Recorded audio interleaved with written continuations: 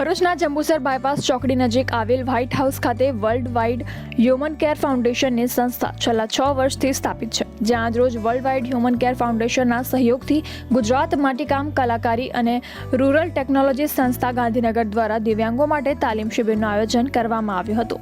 World wide human care foundation સંચાલિત Bharuch blind and disable centre ખાતે કાર્યક્રમ રાખવામાં આવ્યો હતો. આ કાર્યક્રમની શરૂઆત તિલાવતે કુરાનથી કરવામાં આવી હતી.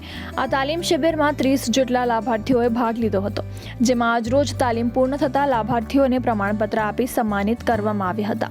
આ પ્રસંગે વાગરા તાલુકા કોંગ્રેસ પ્રમુખ આસિફ ખોજબલ, ભરૂચ નગરપાલિકા વોર્ડ નંબર 1ના કાઉન્સિલર સલીમ અમદાવાદી, સામાજિક કાર્યકર્તા અબ્દુલ કામઠી સહિતના મહાનુભાવો ઉપસ્થિત રહ્યા હતા.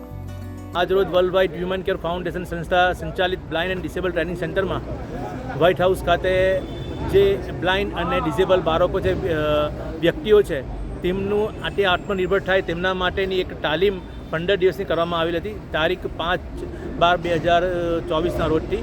તો એ તાલીમ સંપૂર્ણ પૂરી કર્યા બાદ આજરોજ સંસ્થા તરફથી જે તાલીમાર્થી છે તેમનું સન્માન માટે સર્ટિફિકેટ અને બ્લેન્કેટનું ડિસ્ટ્રીબ્યુશન કરવામાં આવેલું છે. સંસ્થાનો એક હેતુ છે કે આવા જે દિવ્યાંગો છે તે લોકો પોતે આત્મનિર્ભર બને અને આવી તાલીમ લઈને આગળ વધે.